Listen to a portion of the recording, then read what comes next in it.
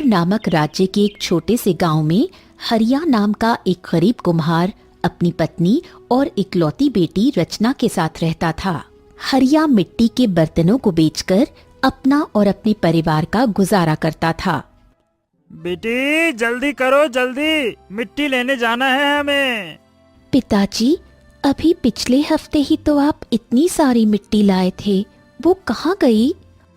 अरे बेटा, वो तो कब की खत्म हो गई। अरे ये देखो, उसी मिट्टी के तो मैंने इतने सारे बर्तन बना दिए, देखो। ओह हाँ, मैं भी ना एकदम बुद्धू हूँ। मगर पिताजी, अभी आप और मिट्टी लाकर क्या करेंगे? हमारे तो अभी यही बर्तन नहीं बिक रहे हैं। अरे बेटा, ये सब बिक जाएंगे, जल्द ही बिक जाएंगे, तुम उसकी चिंता मत करो, ठीक है? हमें मिट्टी लेकर आना है, तभी तो हम नए बर्तन बना पाएंगे, है ना बेटा? पिताजी, आप दिन रात इतनी मेहनत करते हैं, मगर फिर भी आपसे कोई मटका तो क्या, एक प्याला भी नहीं लेता, और आप फिर भी इतनी मेहनत कर रहे हैं। हरिया अपनी बेटी की उदासी भरी बात सुनकर हल्का सा मुस्कुराता है और फिर कहता है, अरे बेटी, तुम मायूस क्यों होती हो? देखना, एक दिन हमारा भी दिन बदलेगा, इसीलिए हमें आज तो मेहनत करनी ही होगी ना बेटा। ठीक है पिताजी, लेकिन पहले इन बर्तनों को बिक जाने दीजिए, फिर नया बर्तन बना लीजिएगा। अरे बिल्कुल नहीं बेटी, अच्छा तो ये होगा कि मैं अभी बहुत सारे मटके बना लूं, ताकि मुझे बाद में परेशान ना होना पड़े। अब चलो, जल्दी से मेरे साथ मिट्टी लेने चलो, बहुत समय हो गया ऐसे ही बातचीत में। चलो भी, अब चलो।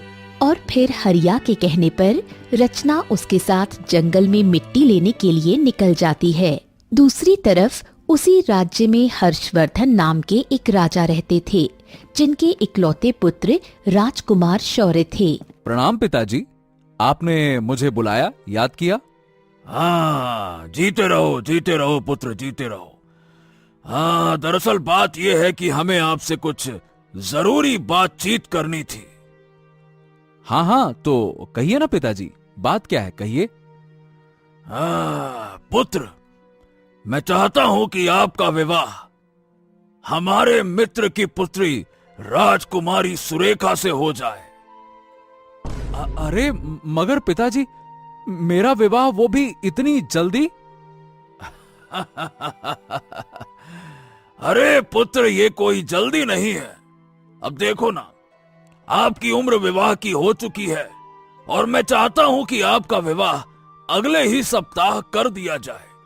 इसीलिए मैंने राजकुमारी सुरेखा को भी यहीं बुला लिया है। राजा की बात सुनकर राजकुमार चुप हो जाते हैं और फिर थोड़ी देर बाद कहते हैं, पिताजी, अगर मुझे कोई और कन्या पसंद होती तो क्या आप उससे मेरा विवाह करते? हैं? अरे हरगिज नहीं पुत्र, हरगिज नहीं, क्योंकि हमने जिस कन्या को आपके लिए चुना है वो सुंदरता के साथ साथ बहुत धनी है, बहुत गुणी है, और हमारे ख्याल से इस राज्य में कोई कन्या इतनी धनी, सुंदर और गुणी तो नहीं होगी। ठीक है पिताजी, अब जैसा आप कहें मैं वैसा ही करूंगा। मैं विवाह करने के लिए तैयार हूं। हाँ, ये हुई ना बात। शाबाश पुत्र, शाबाश, मुझे आपसे यही उम्मीद थी। बहुत बढ़िया। पिताजी, हमने सारी मिट्टी इकट्ठी कर ली है, अब दुकान चलें? हाँ हाँ बेटी, चलो चलो चलो। अरे हाँ, याद आया बेटी, मिट्टी तैयार करने के लिए तो पानी भी तो खत्म हो गया है, और नदी दुकान से बहुत दूर है। तुम मेरा एक काम करोगी? जी पिताजी, बताइए क्या काम करना है? बेटी, तुम घर जाओ और वहाँ बाहर जितना भी पानी भरा हुआ रखा है वहाँ से ले आओ, है ना? ठीक है पिताजी, मैं अभी ले आती हूँ। और फिर रचना पानी लेने अपने घर की तरफ चली जाती है, जो पास के ही एक जंगल में था। क्या हुआ अम्मा, आप यहाँ घर के बाहर क्यों बैठी हैं?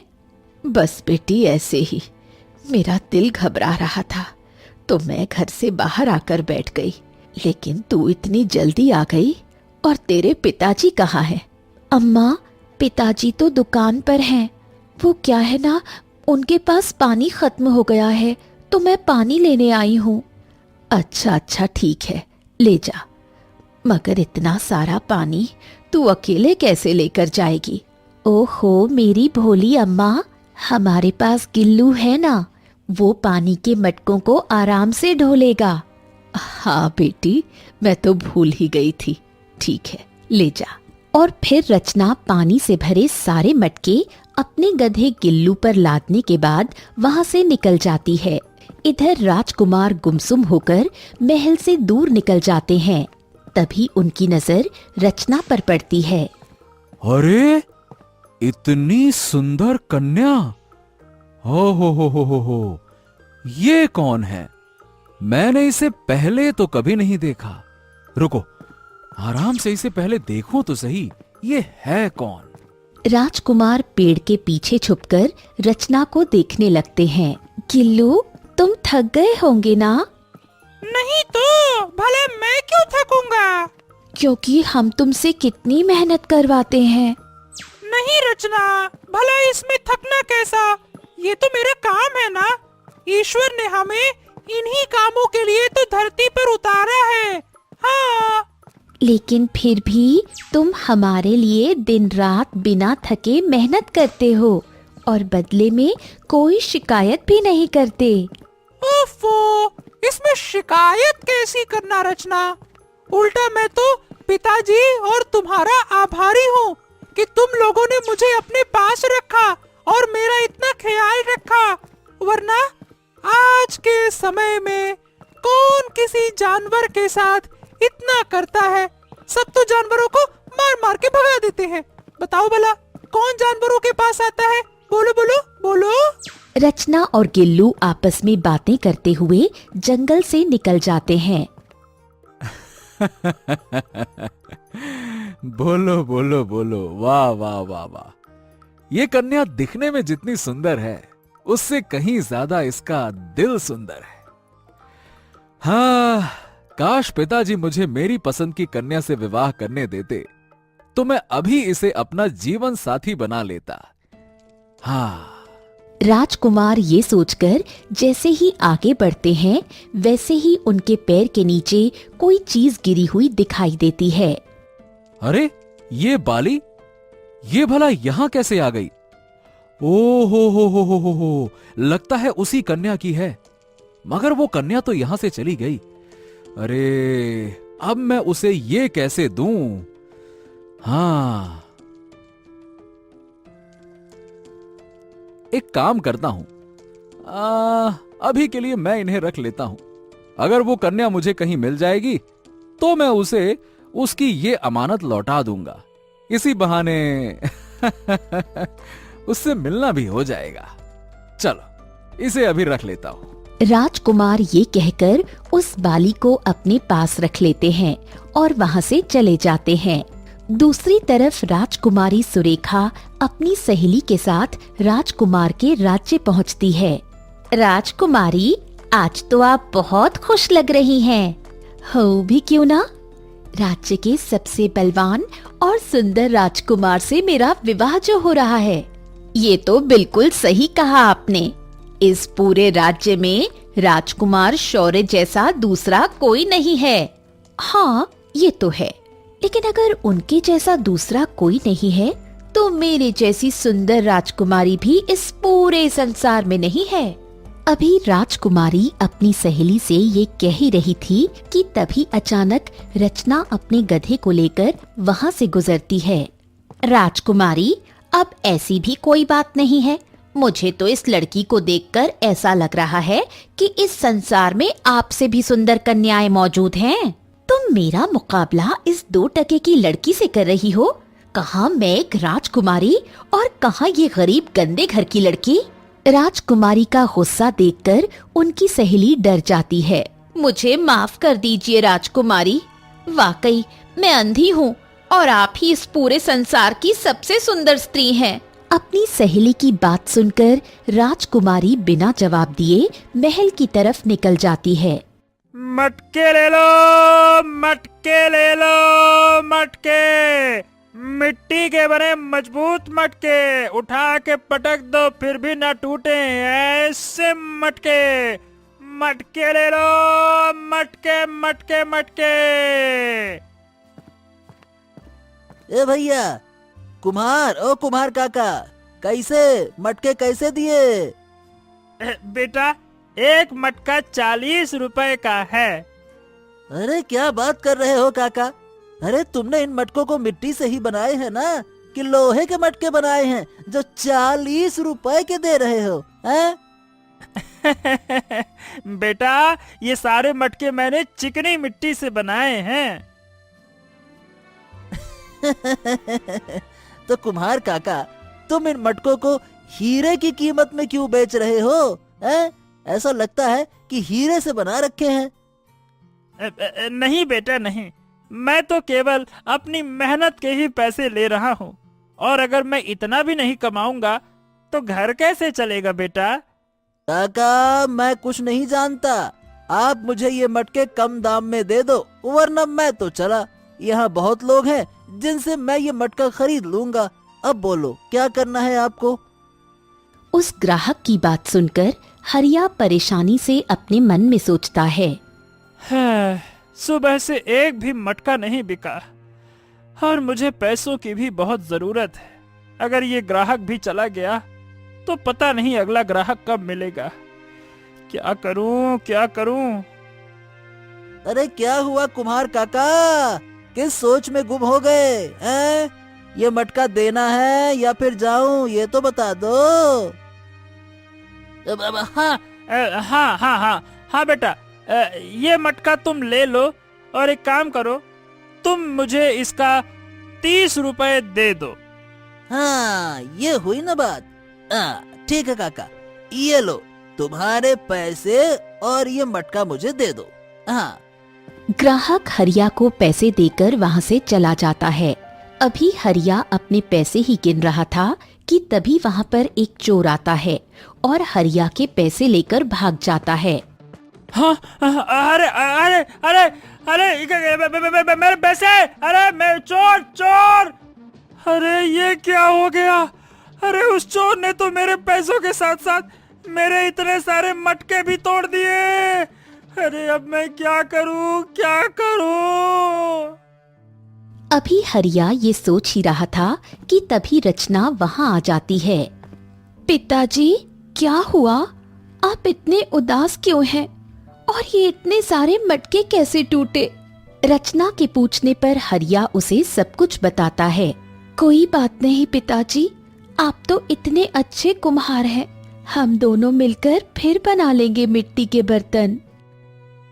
मगर बेटी रचना, वो पैसे हमारे लिए कितने जरूरी थे, और अब तो मिट्टी भी खत्म हो गई है। अब क्या करें हम? ओहो पिताजी, तो इसमें कौन सी बड़ी बात है, मैं नई मिट्टी ले आती हूँ। हाँ, ठीक है बेटी, तुम जंगल जाकर वहाँ से मिट्टी ले आओ, तब तक मैं नदी से पानी लेकर आता हूँ। जी पिताजी। रचना ये कहकर मिट्टी लेने के लिए निकल जाती है। रास्ते में उसकी मुलाकात राजकुमार शौर्य से होती है।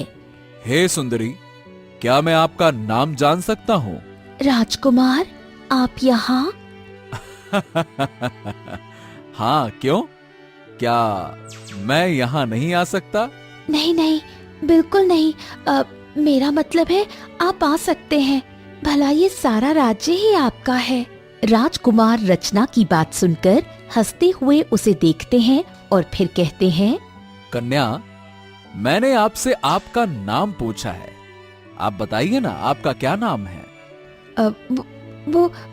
वो रचना नाम है मेरा। ओ रचना, वाह वाह वाह वाह वाह, आपका नाम तो आपकी ही तरह बहुत सुंदर है। दरअसल बात यह है कि मैं 2 दिनों से आपको ही तलाश कर रहा था। मगर क्यों? वो क्या है ना कि मुझे आपको, ये आपकी ये बाली लौटानी थी जो उस दिन जंगल में आपसे गिर गई थी। ये लीजिए। ओह, आपका शुक्रिया। मुझे तो याद ही नहीं था कि मेरी बाली गिर गई है। अभी राजकुमार रचना की बात ही सुन रहे थे कि तभी अचानक वहाँ पर एक सैनिक आता है। अरे सैनिक, तुम यहाँ? जी राजकुमार, वो आपको महाराज ने तुरंत याद किया है, बुलाया है। क्या बात है, सब ठीक तो है ना? माफी चाहूंगा राजकुमार, मगर मुझे इस बारे में कुछ नहीं पता। बस महाराज ने मुझे आपको अपने साथ लाने का आदेश दिया है। ठीक है, चलो मैं तुम्हारे साथ चलता हूँ, चलो। रचना, तुम मेरा इंतजार करना, मैं तुमसे मिलने के लिए दोबारा जरूर आऊंगा। अभी के लिए आज्ञा चाहूंगा। राजकुमार ये कहकर महल लौट जाते हैं। भला राजकुमार मुझ जैसी गरीब लड़की से दोबारा क्यों मिलना चाहते हैं? रचना ये सोचते हुए चुपचाप जंगल की तरफ मिट्टी लेने चली जाती है। अरे आज तो मुझे यहाँ कहीं मिट्टी ही नहीं मिल रही है। लगता है मुझे जंगल के अंदरूनी हिस्से में जाना होगा। रचना जंगल के अंदरूनी हिस्से में जाकर मिट्टी तलाश करती है, मगर उसे अच्छी मिट्टी कहीं नहीं दिखाई देती। बचाओ! बचाओ! कोई मुझे बचाओ! बचाओ! कोई मुझे आजाद करो यहाँ से! बचाओ! बचाओ! अरे ये कैसी आवाज है? ये आवाज तो इस झोपड़ी से आ रही है। लगता है कोई मुसीबत में है, मुझे जाकर देखना होगा। रचना ये सोचकर उस झोपड़ी के अंदर जाती है। झोपड़ी में एक घायल तोता दिखाई देता है, जिसे 2 सांपों ने जकड़ रखा था। कौन हो तुम और ये सब क्या हो रहा है तुम्हारे साथ? मेरा नाम रामू है। मैं एक जिन्न की कैद में हूँ। क्या तुम मुझे आजाद करने में मेरी मदद करोगी? हाँ, क्यों नहीं रामू, मैं तुम्हारी मदद करने के लिए तैयार हूँ। बताओ, तुम्हें आजाद कराने के लिए मुझे क्या करना होगा? सबसे पहले तुम्हें मुझे इन सांपों के चंगुल से बचाना होगा।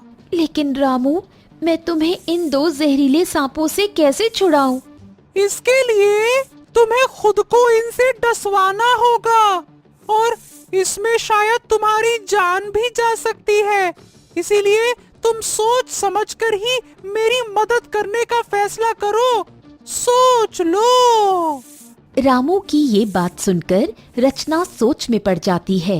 इधर राजा राजकुमार से कहते हैं, पुत्र, अब जैसा कि राजकुमारी सुरेखा यहाँ आ चुकी हैं, तो हम चाहते हैं कि आपका विवाह उनसे जल्द से जल्द, यानी कि आज ही हो जाए। क्या? ये आप क्या कह रहे हैं पिताजी? विवाह, वो भी आज, अभी? हाँ पुत्र, आप ही ने तो कहा था कि आप विवाह के लिए तैयार हैं। आपको कोई एतराज है क्या? जी पिताजी, दरअसल मैं राजकुमारी सुरेखा से विवाह नहीं करना चाहता। क्या? ये आप क्या कह रहे हैं? क्या हम इसकी वजह जान सकते हैं? पिताजी, मैं किसी और कन्या से प्रेम करता हूँ और मैं उसी से विवाह करना चाहता हूँ। राजकुमार की बात सुनकर राजा को गुस्सा आ जाता है और वो कहते हैं, अच्छा, तो उस दिन आपका मुझसे सवाल करने का यही कारण था। लेकिन याद रखिए राजकुमार, कुछ भी हो जाए, कुछ भी, मैं किसी नीच और गरीब घर की कन्या को कभी भी आपकी पत्नी और हमारी बहू के रूप में स्वीकार नहीं करूंगा। समझ गए आप? ठीक है पिताजी, अगर ये आपकी जिद है तो मेरी भी जिद है। मैं मर जाऊंगा तो मर जाऊंगा, मगर अपनी पसंद की कन्या से ही विवाह करूंगा। मैं भी आपका ही पुत्र हूं और आपकी ही तरह जिद्दी हूं। राजकुमार ये कहकर वहां से चले जाते हैं। जबकि राजकुमार की ये बात सुनकर राजकुमारी सुरेखा गुस्से से पागल हो जाती है। क्या हुआ रचना? क्या सोच रही हो? कुछ नहीं रामू, मैं तुम्हारी मदद करने को तैयार हूँ। बताओ, मुझे क्या करना होगा? तुम मेरे पास आकर इन दोनों सांपों के सामने अपना हाथ आगे करो। ठीक है। रचना अपने दोनों हाथ उन दोनों सांपों के आगे कर देती है, जिससे वो दोनों सांप उसे डस लेते हैं और तोता रामू आजाद हो जाता है फिर वो दोनों सांप जिन्न के रूप में प्रकट होते हैं। तुम एक बहादुर और साहसी कन्या हो। और तुमने इस तोते की जान बचाकर यह साबित कर दिया कि इंसानियत आज भी जिंदा है। इसीलिए जाओ जाओ, हमने तुम्हें आजाद किया, जाओ। वो दोनों जिन्न ये कहकर गायब हो जाते हैं। हाँ रचना, तुम सच में बहुत बहादुर और दिल की सच्ची इंसान हो। वाह वाह वाह वाह, मजा आ गया। रचना रामू के मुंह से अपना नाम सुनकर हैरान हो जाती है और कहती है, रामू, मैंने तुम्हें अपना नाम बताया ही नहीं, तो तुम्हें मेरा नाम कैसे पता चला? अभी रचना ये कह ही रही थी कि तभी रामू अपने असल रूप यानी कि इंद्रदेव के रूप में प्रकट हो जाता है। इंद्रदेव, आप? हाँ, मैं। और ये सब कुछ जो भी था, मैं तुम्हारी परीक्षा ले रहा था, जिसमें तुम सफल रही। तुमसे मैं बहुत प्रसन्न हुआ हूं, इसीलिए मैं तुम्हें वरदान देता हूं कि तुम और तुम्हारा परिवार अब बहुत जल्दी धनी हो जाएंगे। इंद्रदेव रचना को वरदान देकर गायब हो जाते हैं। अब रचना भी अपने पिता के पास लौटती है, जहां वो देखती है कि उसके पिता की दुकान पर बहुत सारे ग्राहकों की भीड़ लगी है। अरे रचना, अरे बेटा, कहाँ रह गई थी तुम इतनी देर से? हैं? दुकान में जितने भी मटके थे सबके सब बिक गए। अब हमें जल्दी से और नए मटके बनाने होंगे। जल्दी करो, लाओ। लगता है ये इंद्रदेव के दिए हुए वरदान के कारण ही हुआ है, जो यहाँ इतने सारे ग्राहक आ गए हैं। अभी रचना खुद से ये कह ही रही थी कि तभी वहाँ राजकुमार आ जाते हैं। राजकुमार, आप यहाँ? हाँ रचना, मैं दरअसल तुमसे कुछ कहना चाहता हूँ, इसीलिए मैं यहाँ तुमसे मिलने आया। जी राजकुमार, कहिए। बात यह है रचना कि जब से मैंने तुम्हें देखा है, मैं तुमसे बहुत प्रेम करता हूँ और मैं तुमसे विवाह करना चाहता हूँ। अभी राजकुमार ये कह ही रहे थे कि तभी अचानक वहाँ राजा और राजकुमारी सुरेखा आ जाते हैं। ओहो, तो राजकुमार, तुम इस 2 टके की गरीब कुम्हार की बेटी से विवाह करोगे? ऐसी गुस्ताखी तुम्हारी है? पिताजी बिल्कुल ठीक कह रहे हैं। क्या आपको पूरे संसार में एक यही गरीब कुम्हार की बेटी मिली थी? भला कहाँ से ये मेरे मुकाबले की है? जी हाँ राजकुमारी, बिल्कुल आपने सही कहा। आपका और रचना का कोई मुकाबला ही नहीं है, क्योंकि आपके पास केवल सुंदरता है, बाकी आपका दिल एकदम कोयले की तरह काला है, काला। जबकि रचना सुंदर होने के साथ साथ एक बहुत ही साफ दिल की मालिक है वो। पिताजी, ये गरीब नहीं है, और अगर होते भी तब भी मुझे इससे कोई फर्क नहीं पड़ता और कोई ऐतराज नहीं होता। क्या बात कर रहे हो? तुम्हारा क्या मतलब है पुत्र? पिताजी, साफ साफ बात यह है कि रचना दिल की धनी है, और मुझे उसका दिल इतना साफ और इतना पवित्र दिखा, जिसकी वजह से मुझे उससे प्रेम हो गया। और मैं यही चाहूंगा कि आप खुशी खुशी हमारा विवाह करा दें। ठीक है, अगर ऐसी बात है तो हम तुम्हारे विवाह के लिए तैयार हैं। लेकिन पिताजी, राजकुमार की होने वाली पत्नी तो मैं हूं ना। देखो बेटा सुरेखा, मुझे माफ करना, पर मेरे बेटे की पसंद ही अब मेरी पसंद है, और मैं यही चाहूंगा कि अब तुम अपने राज्य वापस लौट जाओ। राजा की बात सुनकर सुरेखा गुस्से से अपने राज्य के लिए निकल जाती है। अब राजा धूमधाम से रचना और राजकुमार का विवाह करा देते हैं। अरे आज मैं बहुत खुश हूँ बेटी।